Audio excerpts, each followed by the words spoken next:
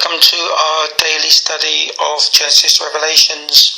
Today's two topics are Numbers chapters 15 and 16. Reading from verse 1. Remember, these are just chosen verses. You are supposed to read the whole chapters yourself. Verse 1. And Yahweh spoke unto Moses, saying, Speak unto the children of Israel, and say unto them, usual pattern. Jumping down to verse 13. All that are born in the country shall do these things after this manner. In offering an offering made by fire of a sweet savour unto Yahweh. And if the stranger, who we may call Gentiles today, sojourn with you, or whosoever be among you in your generations, and will offer an offering made by fire of a sweet savour unto Yahweh, as you do, so he shall do. Verse 15. One ordinance shall be for both of you of the congregation, and also for the stranger that sojourn with you, an ordinance forever in your generations. As you are, so shall the stranger be before Yahweh. Verse 16. One law and one manner shall be for you and for the stranger that sojourn with you. So we see these laws for everybody, same law for Jew and Gentile equivalent, is throughout the generations. So if Romans 11 says that the Gentiles are now grafted into this olive tree of Israel, that is another generation who are supposed to keep all the ways of God, as he just said. Sorry. There is no laws for the Jews or Israel, and laws, separate ones for the Christians. In the rest of the chapter, as we have seen in previous writings so far, we see the specific character of God through his specific detailed instructions. Any departure from any part of those instructions is not accepted by him and is seen as disobedience. As with Leviticus chapters 10 verse 1, where Aaron's sons Nadab and Abihu offered the wrong incense. Exodus chapter 16 verse 25-28, we saw the wrong times. Exodus chapters 2, we saw the wrong practice of them dancing and so forth, and thinking it was of God, practice of worship. Numbers 11 had a wrong attitude. Numbers 12 had a wrong self-appointed leadership. Also in Numbers 16. Numbers 14, they had the wrong faith. They failed to show the proper love for God, as 1 John chapters 5 verse 3 says, For this is the love of God, that we keep his commandments, and his commandments are not grievous. So, if we add or take away, doing things in a wrong manner, it is not acceptable by God, and we shall see he calls it sin. Verse 15:22. If you have erred and not observed all these commandments, which Yahweh hath spoken unto Moses, even all that Yahweh hath commanded you by the hand of Moses, from the day that Yahweh commanded Moses, and henceforward among your generations, then it shall be, if aught be committed, or any of it be committed by ignorance, without the knowledge of the congregation, that all the congregation shall offer one young bullock for burnt offering, for sweet savour unto Yahweh, with his meat offering and his drink offering according to the manner, and one kid of the goats for a sin offering. And if any soul, verse 27, and if any soul sin through ignorance, then he shall bring a she-goat of the first year for a sin offering. 29. You shall have one law for him that sinneth through ignorance, both for him that is born among the children of Israel, and for the stranger that sojourneth among you. But the soul that doeth any, or it says ought, presumptuously, whether he be born in the land or a stranger, the same reproacheth Yahweh, and that soul shall be cut off from among his people, because he hath despised the word of Yahweh, and hath broken his commandment. That soul shall utterly be cut off. His iniquity shall be upon him. So here we see God is saying from the time he started to tell Moses things to tell the people, those are all the things we have to do, not just the so-called 10 Commandments of Exodus chapters 20. Failure to act even in ignorance is a sin. And it's no different with the world's laws today. If you kill someone in ignorance, it is still a crime and you suffer the consequences. Luke chapter 12 verse 47. And that servant which knew his Lord's will and prepared not himself, neither did according to his will, should be beaten with many. Talking about many stripes. 48. But he that knew not and did commit things worthy of stripes shall be beaten with few. For unto whosoever much is given, of him shall be much required. And to whom men have committed much, of him they will ask the more. So the point is, both were beaten, whether you knew what you were doing or you didn't know what you were doing. If you sinned, you sinned. Same as the laws of the world. Numbers 15:32. And while the children of Israel were in the wilderness, they found a man that gathered sticks upon the Sabbath day. Verse 35. And Yahweh said unto Moses, the man shall be surely put to death. All the congregation shall stone him with stones without the camp. Psalms 89:34. My covenant will I not break, nor alter the things that is gone out of my lips. Malachi 3:6. For I am Yahweh, I change not. Hebrews 13:8. Yeshua the same yesterday and today and forever. So God's covenant is that whosoever breaks his laws gets the consequences.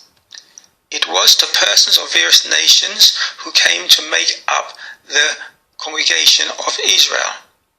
It would be unfair and unjust to kill this man, we just read about, for breaking the seventh-day Sabbath, yet excuse New Testament people who constantly break the Sabbath or change it to another first day of the week.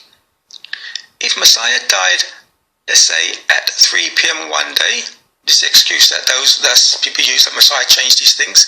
So let's put that in logically. If he died, say, at 3 p.m. on one day, whether you think it's a Friday or one of the other days of the week, it would be like saying that those who broke the Sabbath before 3 p.m. will be punished, and those who broke it after 3 p.m. would not be punished. Is that not a foolish concept? It shows that either someone is being deceived or God is an unjust God. Going on to Numbers chapter 15:37. And Yahweh spoke unto Moses, saying, Speak unto the children of Israel, and bid them that they make them fringes in the borders of their garments throughout their generations, and that they put upon the fringes of the borders a ribbon of blue. And it shall be unto you for a fringe, that you may look upon it, and remember all the commandments of Yahweh, and do them, and that you seek not after your own heart and your own eyes, after which you used to go whoring. Verse 40. That you may remember and do all my commandments, and be holy unto your God. Now, I'm not sure if this commandment came because the man maybe forgot, or God thought people will be forgetting, so he told them to put these fringes on their garments, so they always have his commandments in their heads or in their minds. Numerous times God has said we are to be holy as he is holy. Being holy is repeated in the New Testament, Ephesians 1 verse 4. Accordingly, as he hath chosen us in him before the foundation of the world, that we should be holy and without blame before him in love. Ephesians 5:27. That he might present it to himself a glorious church, not having spot or wrinkle or any such thing, but that it should be holy and without blemish. So in Numbers 15:40, God says, keeping all his commandments makes us holy. Anything else is to use our own heart or eyes to understand. The deceiver would like us to use our own eyes, as this leads to misunderstanding and disobedience, which many call grace, or we covered by God's grace. Genesis chapter 3 verse 6. And when the woman saw that the tree was good for food, so there we saw Eve use her own eyes despite knowing what the literal word of God had said. Genesis chapter 3 verse 2. And the woman said unto the serpent, We may eat of the fruit of the trees of the garden, but of the fruit of the tree which is in the midst of the garden, God hath said, You shall not eat of it, neither shall you touch it, lest you die. So Eve knew the commandment of God. It was clearly written, or she clearly understood it. So the devil made her use her own understanding, own interpretation, as we get today in Bible reading. Okay, on to Numbers chapter 16 verse 1. Now Korah the son of Izhar, the son of Korath, the son of Levi, and Dathan and Abiram, the sons of Eliab, and On, the son of Peleth, sons of Reuben, took men.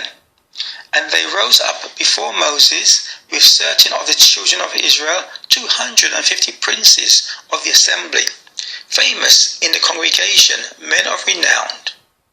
And they gathered themselves together against Moses and against Aaron, and said unto them, You take too much upon you, seeing all the congregation are holy, every one of them, and Yahweh is among them.